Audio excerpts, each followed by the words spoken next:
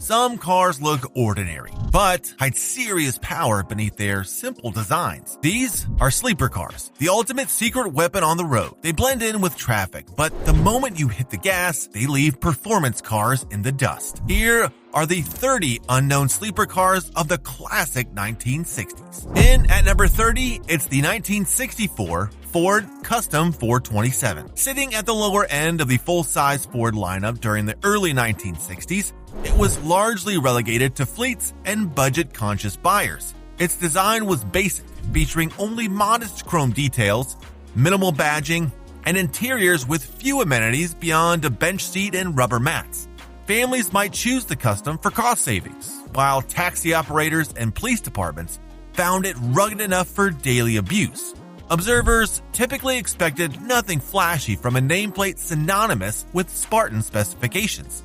A performance shock arrived when Ford allowed a 427 cubic inch V8, essentially a racing engine, to be optioned in some custom models. This was the same power plant found in Ford's more famous Galaxie 500 performance cars. With horsepower ratings well above 400, the 427 propelled the Custom's relatively light body with startling force. Since the Custom lacked the visual cues of top-tier models, few would guess that a police cruiser or drab family sedan might pack some formidable power. The result was a full-size Ford capable of intimidating quarter-mile times and explosive launches from a standstill. The unassuming outward appearance formed the essence of the car's sleeper status. It wore the same plain sheet metal and interior as the least expensive models in Ford's stable, yet it ran with the best of 1960s high-performance offerings.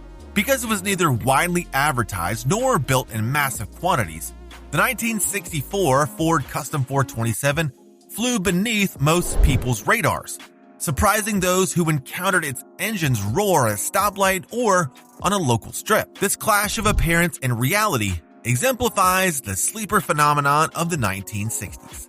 On to number 29, it's the 1964 Dodge 330 426 Max Wedge. This was among the more economical full-size models of the mid-1960s, positioned well below the higher trim Polara and the sportier Charger that would debut later. The 330 looked ordinary, squared off body lines, small embellishments, and spacious bench seating. Buyers sought it for practicality, large trunk capacity, and overall low-cost ownership. Given such a humble image, few would have associated the Dodge 330 with racing performance. Yet for knowledgeable enthusiasts, like people who watch this channel, or drag racers, Dodge offered the potent 426 Max Wedge engine. This was a high-compression, cross-ram inducted V8 designed for serious performance, capable of outputting over 400 horsepower. The 426 Max Wedge turned the otherwise nondescript 330 into a beast. Off the line, this combination delivered brutal torque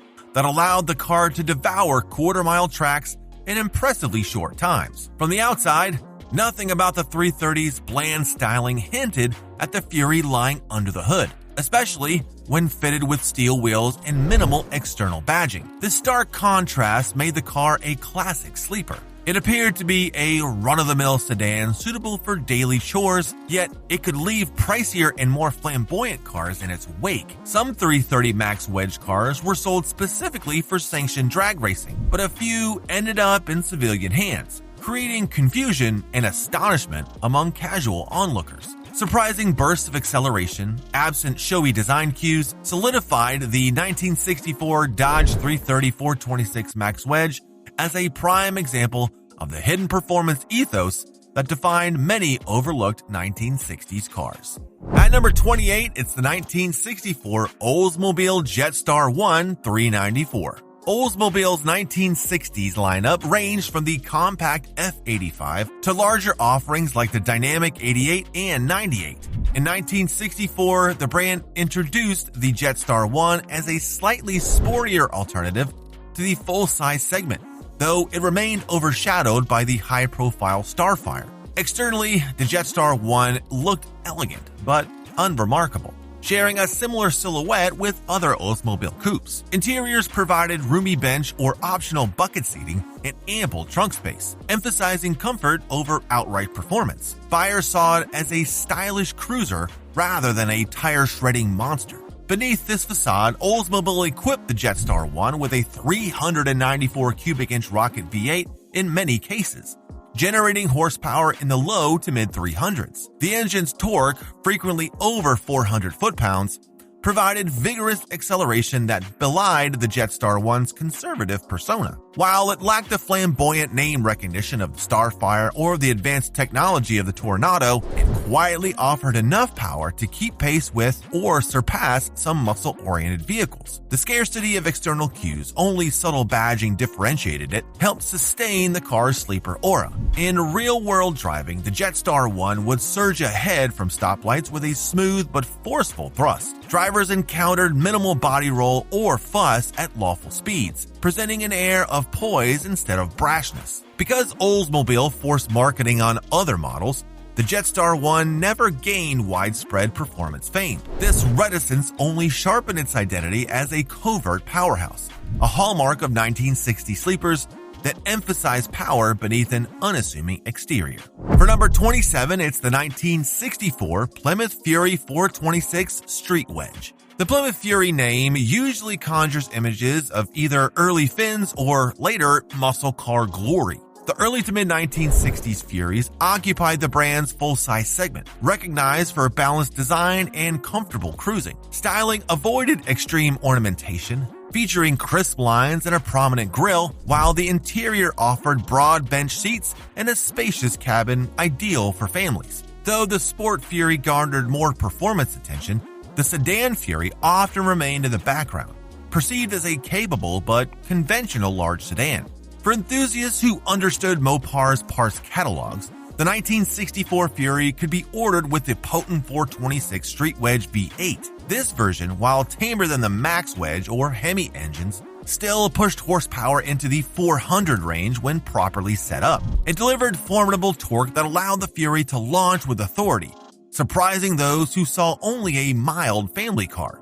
The combination of the big block Wedge engine, robust drivetrain components, and the Fury's relatively modest curb weight resulted in unexpectedly strong straight-line performance. Externally, these Street Wedge Furies displayed neither racing stripes nor aggressive scoops. The interior remained tranquil, focusing on comfort instead of track-ready instrumentation. Only minimal badging and dual exhaust tips might suggest anything unusual. This subtle nature guaranteed that the Fury slipped into sleeper territory, overshadowed by more flamboyant models, yet capable of holding its own in street encounters. With plenty of displacement to spare, the 1964 Fury 426 Street Wedge exemplified how Plymouth merged everyday usability with hidden muscle under subdued sheet metal. At number 26, it's the 1964 Mercury Marauder 390. The Marauder line entered the early 1960s as a variant of its full-size offerings, adapted to a fastback roofline for improved aerodynamics on the racing circuit. By 1964, the Marauder displayed sleek lines, but it remained more of a stylish cruiser than an overt muscle car. Its interior catered to Mercury's traditional buyer base, offering ample legroom, plush seating, and a dash of chrome trim for a refined ambiance. Advertising highlighted comfort and a touch of sportiness, yet nothing about the name Marauder enjoyed the intense fame of Mercury's pony car or bigger racing stablemates at the time. Nonetheless, Mercury fitted the Marauder with a standard 390 cubic inch V8, which frequently produced over 300 horsepower. The engine's torque and a well-tuned suspension gave the car a surprisingly agile feel for its size. Onlookers typically saw the Marauder as a big personal coupe oriented towards style, failing to anticipate that a properly configured 390 version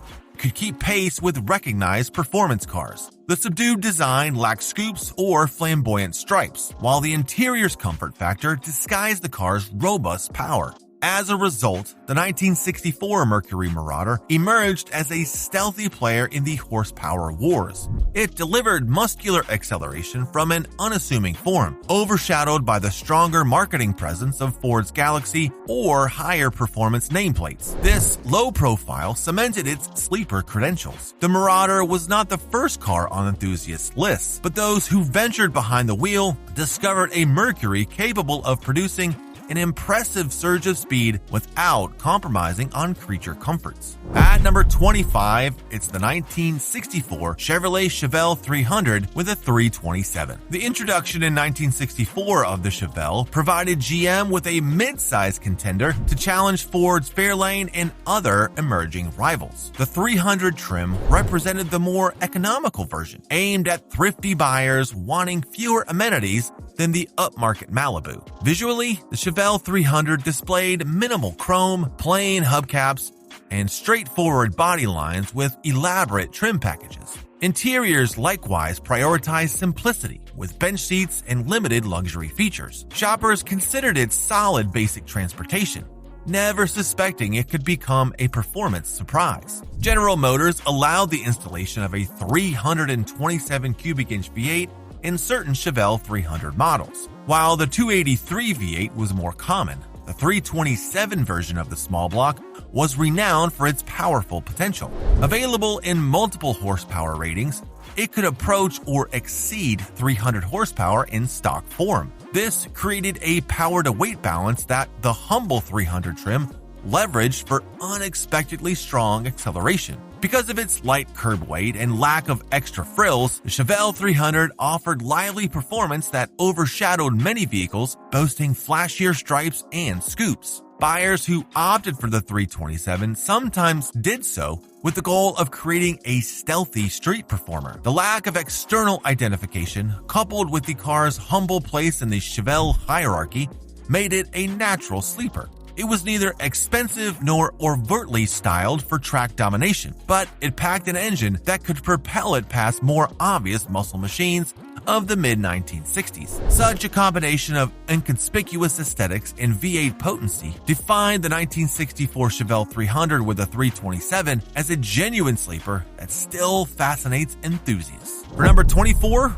it's the 1965 AMC Marlin 327. American Motors Corporation ventured into the fastback niche with the Marlin in 1965, building on the success of the Rambler Classic platform. Styled with a sweeping roofline, the Marlin presented a sporty aesthetic, yet it stayed rooted in AMC's philosophy of providing practicality and comfort. Inside, the cabin was roomy enough to seat 4 or 5 adults comfortably, with a rear seat that attempted to combine personal luxury design with everyday functionality. Initial impressions might label the Marlin as an interesting design statement, but few saw it as a performance titan. In reality, AMC offered the Marlin with its 327 cubic inch V8 carrying horsepower ratings around the mid-200s. While overshadowed by the large cube engines from competitors, the AMC 327 gave the Marlin spirited acceleration relative to its moderate weight.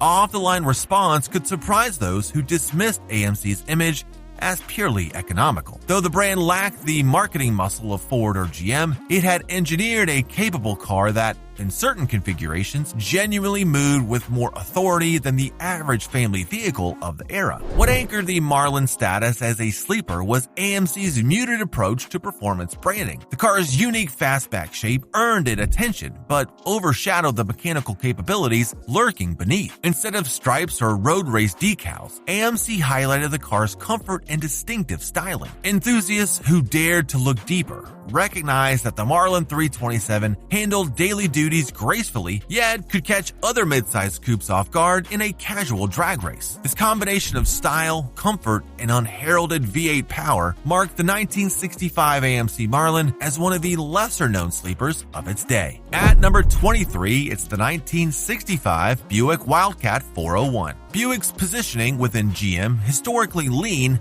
toward a more mature, luxury-oriented consumer base, prioritizing quiet rides and upscale appointments. The Wildcat emerged in the early 1960s as a sporty offshoot of Buick's full-size lineup, yet it remained overshadowed by the brand's larger, more prestigious models. By 1965, the Wildcat exuded a subdued elegance, featuring smooth body lines, tasteful chrome, and an absence of flamboyant design. Interiors were typically plush, reflecting Buick's drive for comfort with wide bench seats or optional buckets, power accessories, and refined dashboards. Beneath that polished veneer, Buick frequently equipped the Wildcat with the 401 cubic inch nailhead V8 as standard or optional, capable of generating well over 300 horsepower and torque numbers in the high 400s. This robust torque facilitated surprising off-the-line acceleration for a car perceived primarily as a near-luxury cruiser. Many drivers who encountered a Wildcat did not associate Buick with aggressive performance, which played directly into the sleeper effect. The outward maturity of the design and brand image belied the potential for forceful sprints in everyday traffic.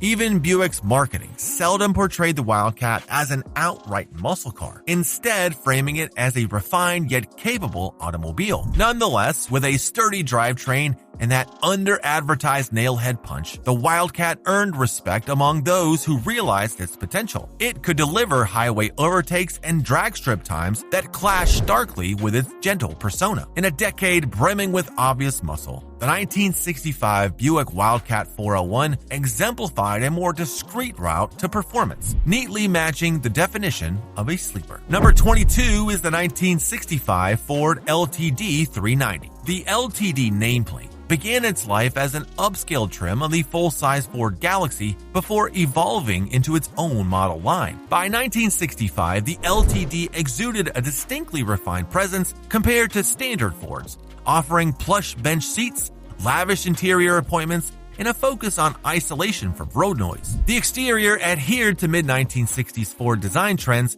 featuring a wide grille, ample trunk space, and modest chrome highlights. Marketing campaigns emphasized comfort and sophistication, appealing to buyers searching for a quiet family sedan with a hint of class. Under the hood, however, the LTD could hide a 390 cubic inch V8, typically generating more than 300 horsepower and abundant torque. This heavy-hitting powertrain, when combined with Ford's reliable transmissions, yielded acceleration that exceeded what one might expect from a sedate family sedan. Many drivers assumed the LTD was a cushy ride best suited for leisurely cruising, only to be surprised when the car lunged forward energetically during highway merges or stoplight getaways. The sleeper identity crystallized because Ford never promoted the LTD as a performance model. The badge conjured images of comfort and perhaps mild, steady motoring. Yet an LTD 390, especially with the right axle ratio, could embarrass cars that wore explicit performance stripes or large displacement markings. The unassuming exterior masked the potency of its V8, preserving an element of stealth. Consequently, the 1965 Ford LTD 390 secured a niche in the pantheon of 1960 sleepers by proving that a soft-riding sedan could pack serious muscle beneath layers of luxury. Coming in at number 21, it's the 1965 Mercury Comet Cyclone 289. Although the Comet began as an economy-focused compact, by 1965, Mercury had recast it into a more stylish and somewhat sportier vehicle, with the Cyclone representing a performance-oriented trim package. Yet the Cyclone was still overshadowed by Ford's Mustang and other brand offerings, leaving it less recognized in mainstream muscle car narratives. Its design featured crisp body lines and subtle badging, while the cabin offered bucket seats and a revised gauge cluster that hinted at a sporting edge. Overall, though, it did not carry the overt cues of a top-tier muscle machine. Powered by Ford's 289 cubic inch V8, the Comet Cyclone produced horsepower ratings typically between 200 and 225 in stock form, though tuning could push it higher. In a small, lightweight platform, this engine made for lively acceleration and responsive handling. Because Mercury lacked the cachet of the Mustang or Falcon Sprint in performance circles, onlookers often failed to realize the car could keep pace with better-known competitors. The understated branding, modest stripes, and tame exhaust note did little to reveal its potential. Those who drove the Cyclone 289 discovered an energetic car that struck a balance between daily usability and weekend fun. It could race through highway on-ramps and compete in local drag events with relative ease. The modest physical presentation kept the Comet out of the spotlight, preserving its position as a sleeper. Even Mercury's marketing did not strongly push the performance angle, ensuring that many never realized the 1965 Comet Cyclone 289 was more formidable than its polite exterior suggested. Number 20 is the 1966 AMC Ambassador 327. American Motors Corporation often played the role of underdog, producing compact and mid-sized models that focused on cost effectiveness. The Ambassador stood near the top of AMC's range, offering full-size dimensions and more generous appointments compared to the Rambler American or Classic. By 1966, the Ambassador's styling reflected a more modern shape, yet it remained free of exaggerated fins or flamboyant details. Its interior captured an air of practical luxury, featuring comfortable seating and simple but solid materials. Most buyers saw the Ambassador as a respectable family sedan, rarely associating it with performance endeavors. For those willing to explore the options list, AMC offered the 327 cubic inch V8. Although overshadowed by the bigger displacement engine from the Big Three, this AMC-built 327 delivered horsepower that frequently exceeded 250, along with substantial torque. In practical terms, that meant the Ambassador could accelerate from stoplights or overtake on highways at a rate surprising for a model perceived as conservative. The car's design did not tout these capabilities. It bore no hood scoops, racing stripes, or aggressive stance. This understated presentation encapsulated the sleeper formula. Drivers expecting a mundane AMC product risk underestimating an Ambassador with a 327, only to witness an unexpectedly powerful surge under acceleration. Because AMC lacked extensive marketing resources to publicize performance metrics, the 1966 Ambassador 327 lived quietly in the shadows. Yet, in real-world conditions, it could hold its own against seemingly more performance-oriented vehicles, validating the notion that a full-size family sedan could slip by as a stealthy performer. Number 19, it's the 1966 Buick Electra 401. The Buick Electra name evoked images of stately luxury and serenity on the road. Built on a full-size platform, the Electra indulged drivers with expansive interiors, plush seats, and a focus on relaxed cruising. By 1966, its styling demonstrated Buick's approach to understated elegance, incorporating elongated body lines, refined chrome accents, and minimal showy elements. With an emphasis on comfort, the Electra's standard equipment often included power steering, power brakes, and other conveniences that smoothed out long-distance drives. Though not marketed as a high-performance model, many Electras came equipped with Buick's 401 cubic inch nailhead V8, also referred to as the Wildcat 445 in certain contexts. The torque output frequently surpassed 400 foot-pounds, enabling the sizable sedan to accelerate with more vigor than passerbys would expect. While its overall weight prevented the Electra from matching the quickest muscle cars, it nonetheless offered surprising urgency once the throttle was engaged. Onlookers observing the large Buick seldom believed it could put forth such energy. This dissonance between refined exterior and forceful V8 power secured the Electra's niche as a sleeper.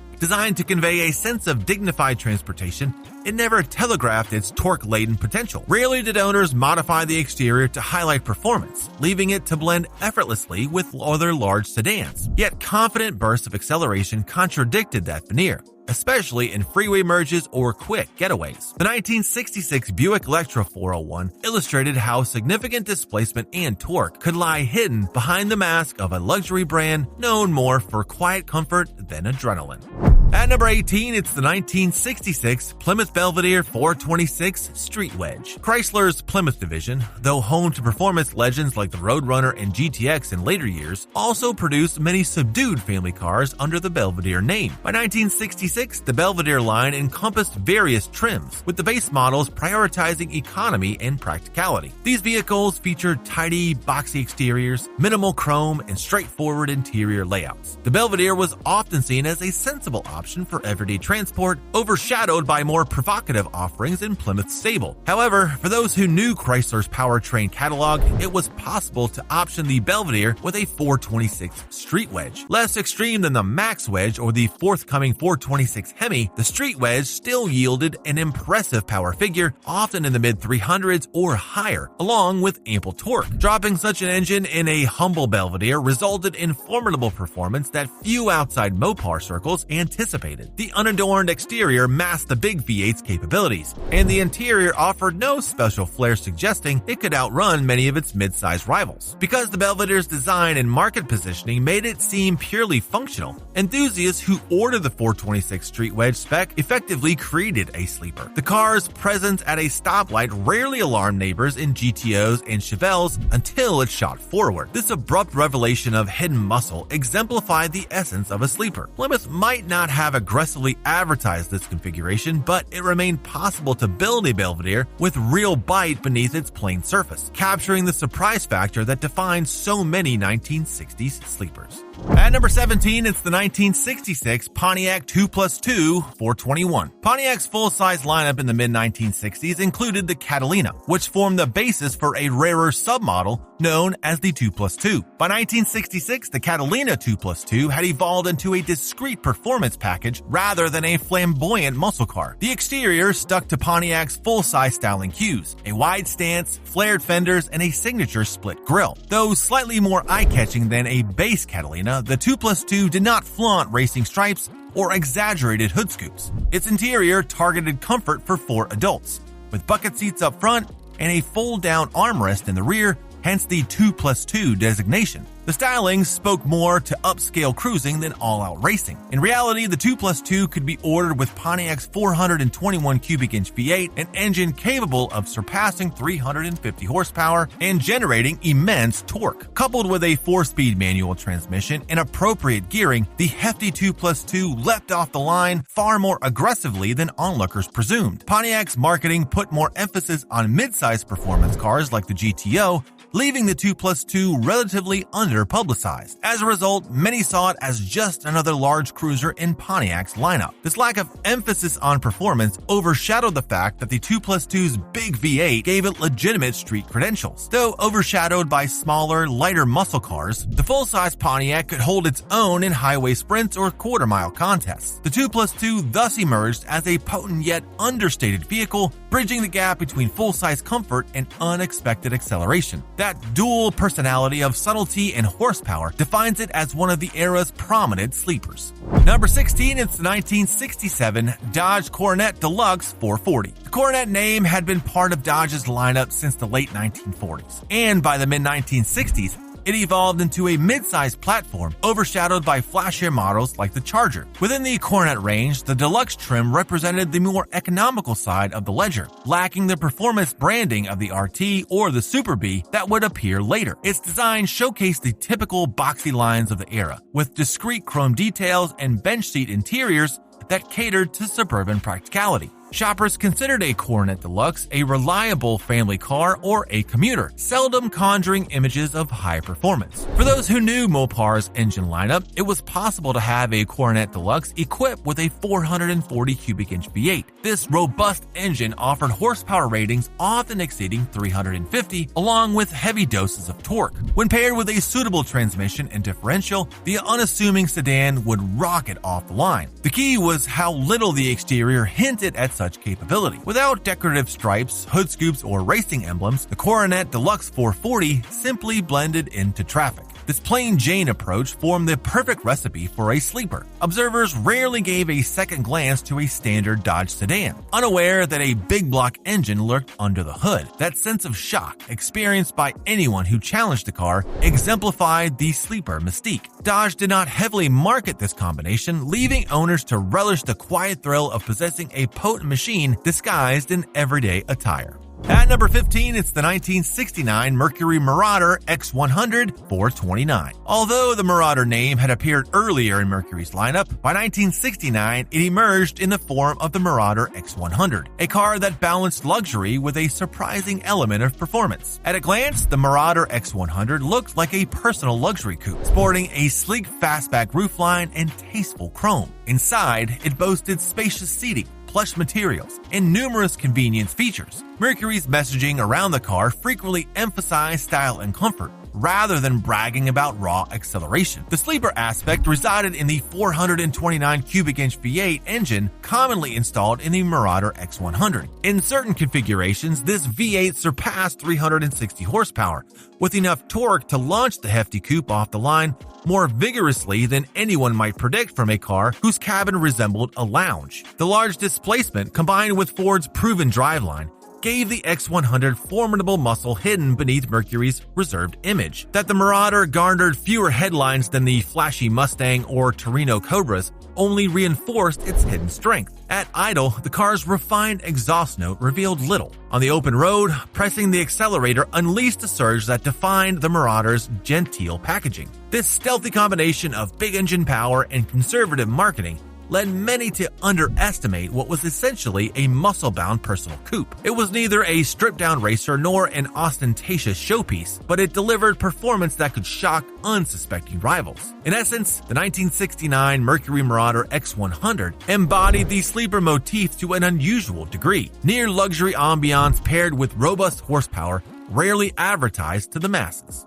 At number 14, we have the 1969 Pontiac Executive 400. Pontiac's full-size lineup included the Catalina, the Ventura, and the Bonneville. Yet, for a short span, the brand slotted in the Executive model. It served as a step between the Catalina and the Bonneville, emphasizing comfort and mild prestige. Visually, the Executive differed little from its siblings, featuring broad proportions, a wide grille, and the brand's characteristic curved body lines. The interior aimed at an upscale atmosphere, with well-trimmed seats and an array of optional amenities. Perception placed the Executive squarely in the family sedan or mild luxury bracket rather than street performance. Despite this image, many executives left the factory armed with Pontiac's 400 cubic inch V8, a power plant known to produce 300 or more horsepower. Mated to either an automatic or a less common manual transmission, the 400 endowed the Executive with a level of responsiveness few anticipated from a model typically overshadowed by GTO legends. The car's substantial size did not prevent it from accelerating briskly,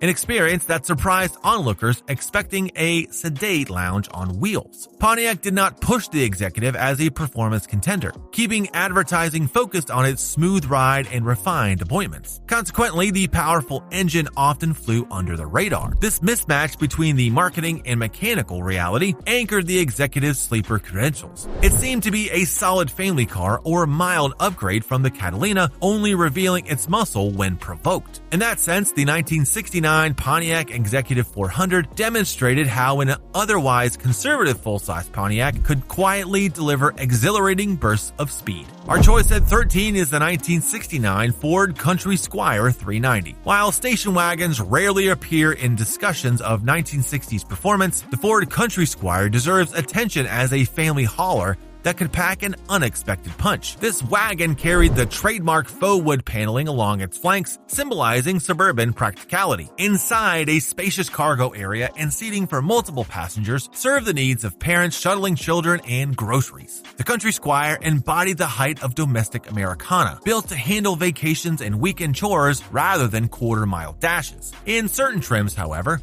buyers could opt for a 390 cubic inch V8, which often produced well north of 300 horsepower. Combined with a sturdy chassis and decent gearing, the wagon could move with urgency unusual for its form factor. It weighed more than a sedan, yet the big block torque proved more than capable of launching the vehicle from a standstill. Most people witnessing a Country Squire trundling along the street presumed it was slow and ponderous, making its bursts of speed all the more astonishing. Ford did not market the Country Squire as a performance vehicle. It was largely an icon of family utility. But for parents or enthusiasts who wanted the best of both worlds, the 390 offered a sleeper solution. No flamboyant spoilers or racing stripes disturbed its practical exterior, and the interior remained a realm of practical comfort. Despite these benign appearances, the right foot of the driver could unleash a surprising surge that contradicted every stereotype of a lumbering station wagon. In that contradiction lay the 1969 Ford Country Squire 390's sleeper appeal. At number 12, it's the 1969 Chevrolet Kingswood Estate 427. Chevrolet's full-size station wagons seldom receive the credit they deserve for bridging the gap between daily duties and robust drivetrains. In 1969, the Kingswood Estate represented a top-tier wagon in the Chevrolet family, boasting wood-grain paneling and ample room for cargo and passengers. Its design, borrowed from the Impala Bel Air platform, presented a wide stance and relatively plain front fascia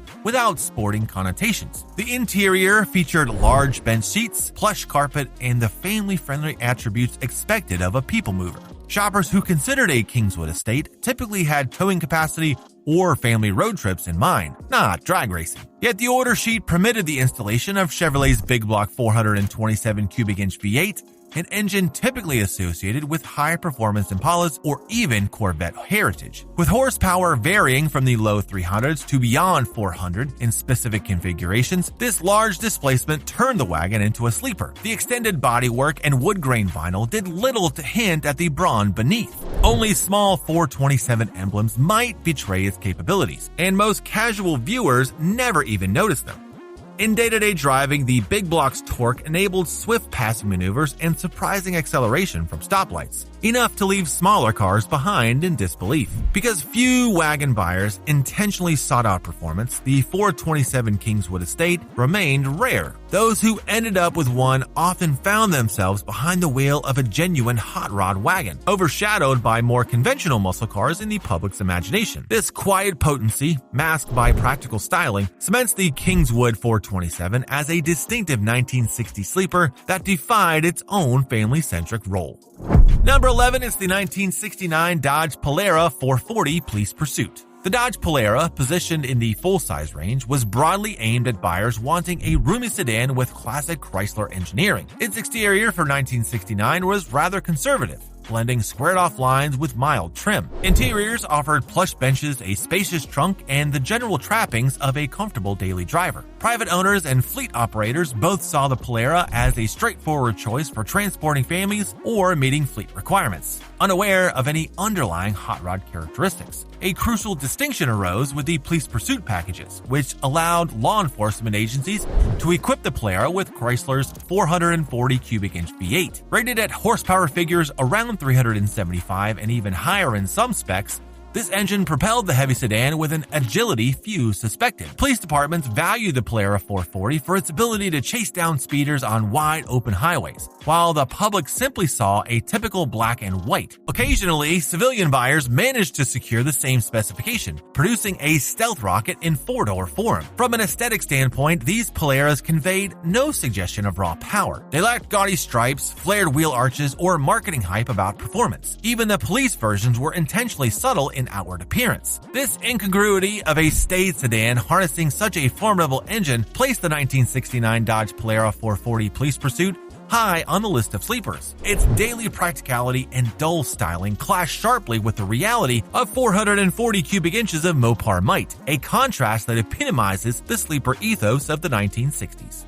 Into the top 10, we have the 1969 Mercury Marauder X100 429. Though already noted for the 1969 model, the Marauder name merits a finer reiteration due to the X100's distinctiveness. The Marauder range was typically overshadowed by Ford's more popular offerings, yet the X100 emphasized a bigger 429 V8 that catapulted the coupe into uncharted performance territory. This engine often produced well over 350 horsepower, more than sufficient to push the large Mercury forward with surprising haste. The brand's marketing, focused on style and comfort, only faintly hinted at the car's sporting edge. Externally, the Marauder X100's long hood, sloping roof, and minimalistic tail recognized contemporary fastback trends. However, the interior remained reminiscent of Mercury's trademark comfort, with broad seats, ample insulation, and refined instrumentation that exuded a sense of subdued luxury. Few people associated Mercury with breakneck acceleration, so the presence of a muscular 429 under the hood startled onlookers. In traffic, the X100 concealed its potential behind quiet dignity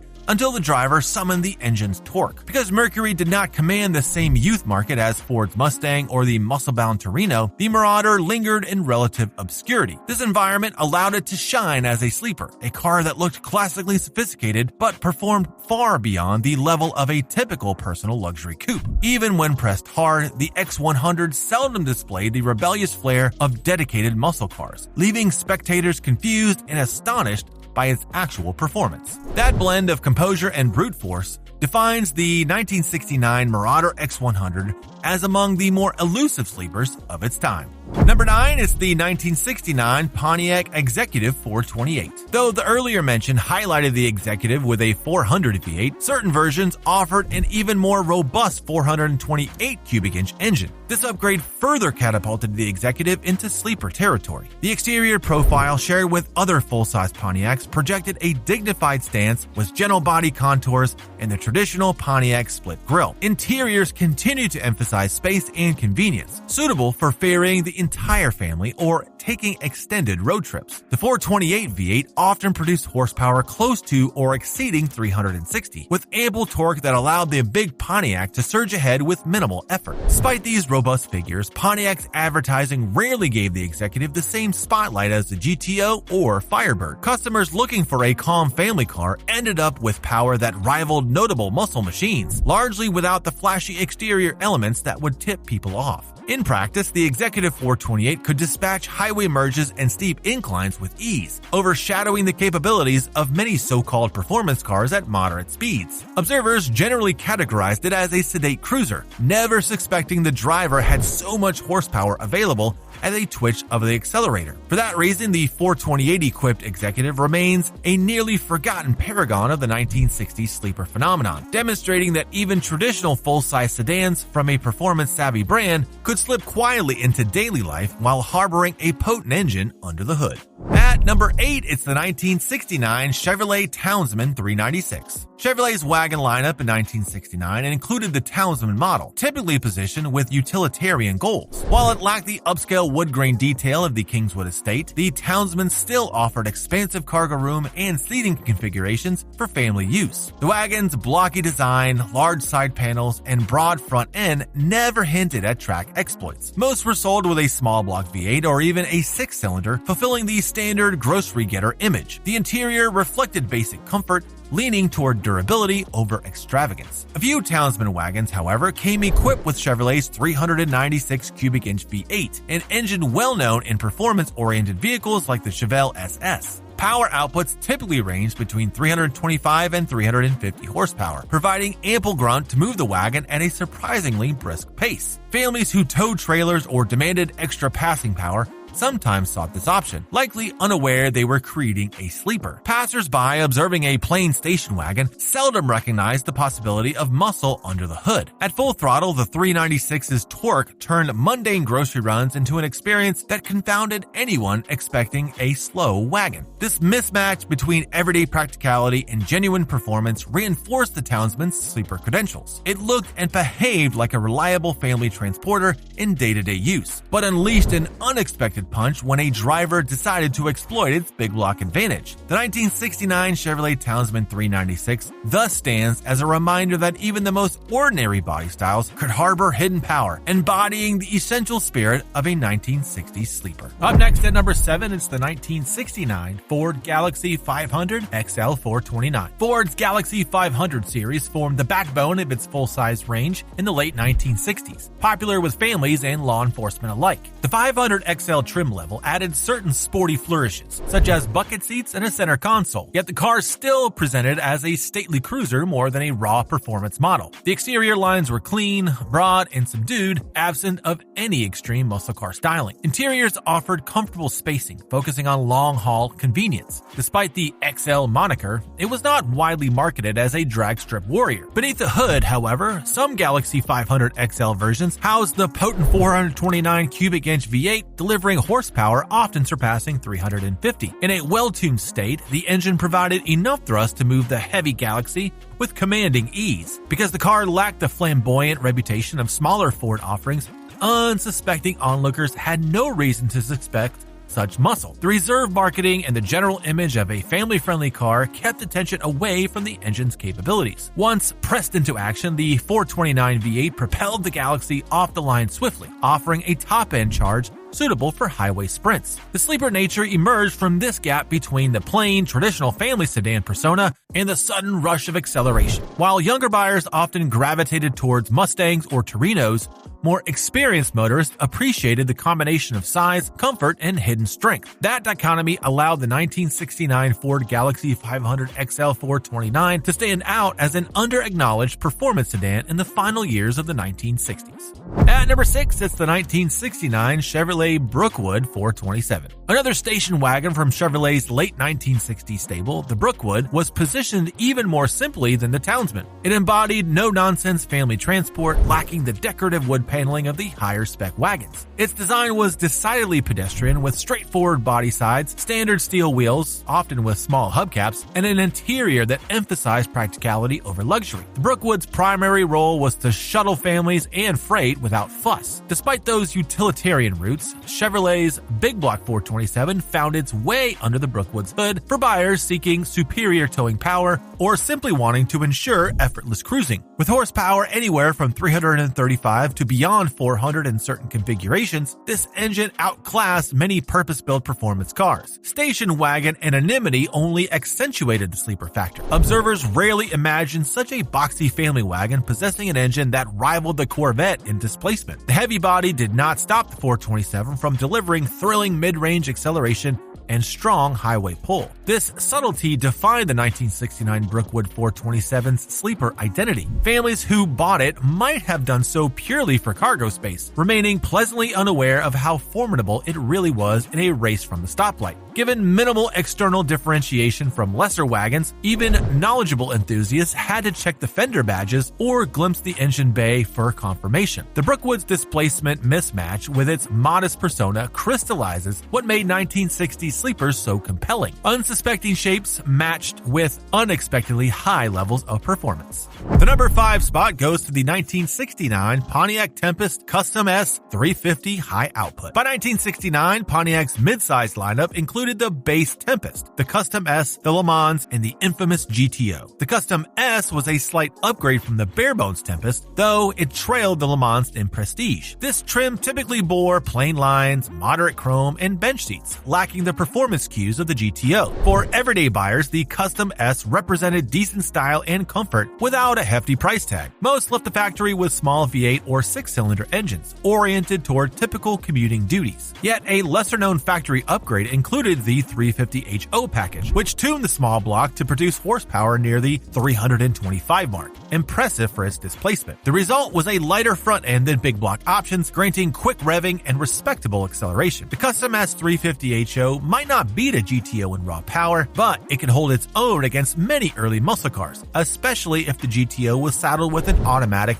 and highway gears. This dynamic made the Custom S an intriguing sleeper, since few recognized the HO option from a distance. Pontiac's marketing overshadowed such configurations with the GTO's massive success, so the 350HO Tempest Custom S never gained fame. It retained the simple body lines and mild interior of a mid-level family car. Only small external indications, such as discrete badging, hinted at the engine's performance potential. In practice, owners could surprise costlier or more celebrated cars with spirited takeoffs. The 1969 Pontiac Tempest Custom S 350HO stands as a testament to how even a mid-grade trim could transform into a sleeper through judicious engine choices. At number 4, it's the 1969 AMC Rebel SST 390. AMC's Rebel line replaced the Rambler Classic, sitting in a mid-size slot between the smaller American and the larger Ambassador. By 1969, the Rebel carried a subdued exterior, favoring straight edges and a simple front fascia, while the interior offered unassuming bench or optional bucket seats. Most customers who gravitated to AMC liked the brand's tendency toward value and practicality, rather than performance glory. The Rebel SST trim brought minor sporty hints, but still lacked any dramatic flair that might signal big horsepower under the hood. To the surprise of many, AMC made the 390 cubic inch V8 available in the Rebel SST, with output ratings often exceeding 300 horsepower. This robust powertrain gave the midsize Rebel a potent jolt of acceleration, catching the uninitiated off guard. AMC had lesser budgets for advertising compared to larger automakers, so the Rebel's high-performance potentials remained a niche topic. While the rival midsize segments from Ford and GM boasted heavily promoted muscle variants, AMC's Rebel quietly plied the streets, overshadowed by bigger names. A Rebel SST 390 retained the same pragmatic silhouette as lesser trims, ensuring it blended naturally into daily traffic. The engine's low RPM torque meant it could launch effectively, a characteristic that surprised cars whose drivers believe AMC specialized only in economy. The gap between the brand's staid reputation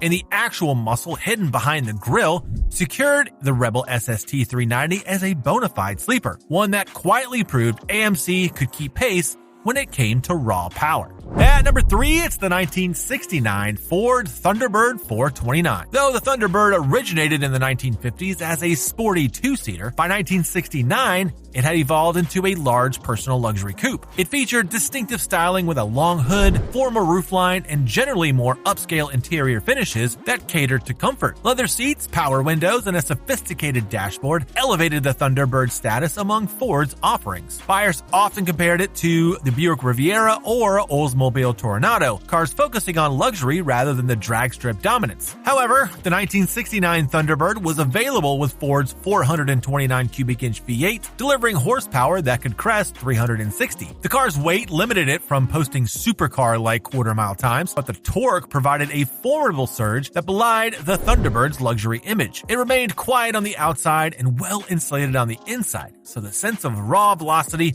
often caught drivers by surprise. While enthusiasts recognized the large V8s lurked in many personal luxury coupes, the Thunderbird's emphasis on refinement made them forget it could genuinely move. Because Ford's advertising for the Thunderbird leaned into elegance and sophistication, it rarely highlighted performance data. The car's occupant would relax in plush accommodations without flamboyant tachometers or racing stripes. That aura of reserve grace disguised the powertrain's capabilities, establishing the Thunderbird as a less obvious sleeper. It was overshadowed by Mustangs in the brand's lineup and overshadowed in the luxury realm by Lincoln, leaving it in a subtle niche. Owners who pressed the accelerator discovered that the Thunderbird 429 held enough energy to challenge expectations about what a comfortable personal coupe could do. At number 2, it's the 1969 Chrysler Newport 440. Chrysler's Newport line served as a gateway into the full-size Chrysler range, offering a more affordable alternative to the New Yorker and 300 series. Visually, the Newport for 1969 maintained a dignified look, characterized by a formal roofline, modest chrome,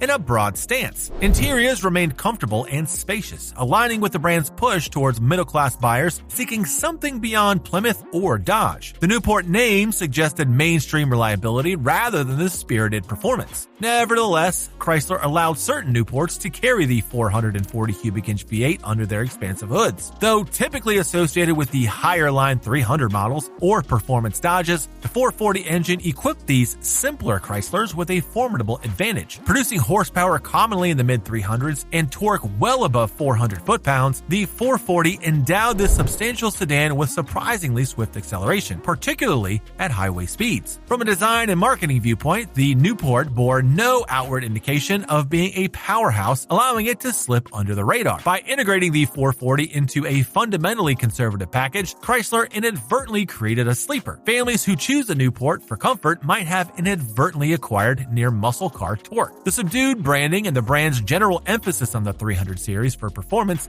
gave no reason for the public to assume a Newport possessed such capacity. Yet, once the accelerator was pressed, the engine responded with an authoritative thrust, exemplifying how a seemingly unexceptional sedan quietly outpaced many flashier rivals in everyday driving conditions. And the number 1 spot goes to the 1969 Chevrolet Caprice 427. The Caprice emerged as Chevrolet's top-tier full-size model, positioned above the Impala in amenities and interior refinement. By 1969, it featured wide, horizontal body lines, tasteful chrome trim, and an upscale cabin that might include plush seats, wood grain panels, and upgraded sound insulation. Buyers typically associated the Caprice with comfortable commuting or formal transport. It was the type of car that executives or established families might choose, not a brash performance enthusiast. Nonetheless, the Caprice could be ordered with Chevrolet's 427 big block engine. Horsepower varied according to specific configurations, but figures around 385 to 425 were not uncommon. This gave the large sedan an unexpected reservoir of power that few recognized beneath its polished exterior. The plush suspension provided a smooth ride, yet the big V8 churned out enough torque to generate imposing acceleration for a car